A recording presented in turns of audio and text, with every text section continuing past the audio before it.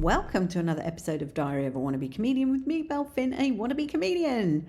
I'm now a member of 2 unions.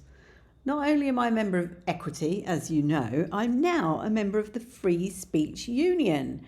So that means that I can say whatever I want on this podcast without fear of being arrested. And do you know what I'm going to start with? I'm going to start with the fact that we have 2-tier policing in this country.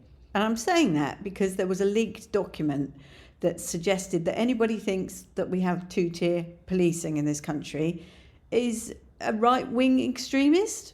Well, I can tell you now, I'm not. But I do believe there's some evidence of 2-tier policing going on. Let's go with an example, shall we? Hugh Edwards. There's an example. Because he's what? A white middle-class man working for the BBC, or at least he used to work for the BBC. He doesn't get a custodial sentence. And then you've got, now what's that lady's name? Cameron someone. Gosh, can't remember her name now. Cameron someone. She's what, 20, very early 20s and working class. And she went to prison because she live streamed the aftermath of one of the riots. Not even the riots. It was just police clearing up. And she live streamed on TikTok, I think it was, and she made reference to people being tramps. And she went to prison for that. Now, if that's not 2-tier policing, I don't know what is. Maybe I'm being dumb and I'm misunderstanding this. But to me, it's an example of 2-tier policing. White, middle-aged man versus very young, working class, less educated woman. One goes to prison, one's a paedophile and doesn't. I suppose technically it's 2-tier justice rather than 2-tier policing, but let's not let the facts get in the way of a good podcast. But yeah, so riddle me that, as they say. Anyway, I'm feeling very feisty today, very feisty. Probably because I've been to see Brutalist and I need to let out some energy because, oh my God, it was nearly 4 hours long, that movie. It had an intermission in it.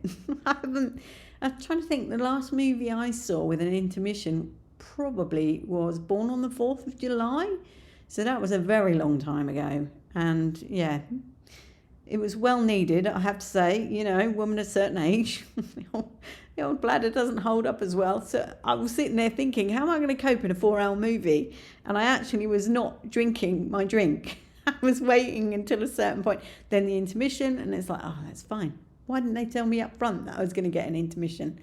So anyway, the movie, I just thought it was dire, but probably because I was all stressed about how I was going to get through a 4-hour movie. I don't know why I go and see these.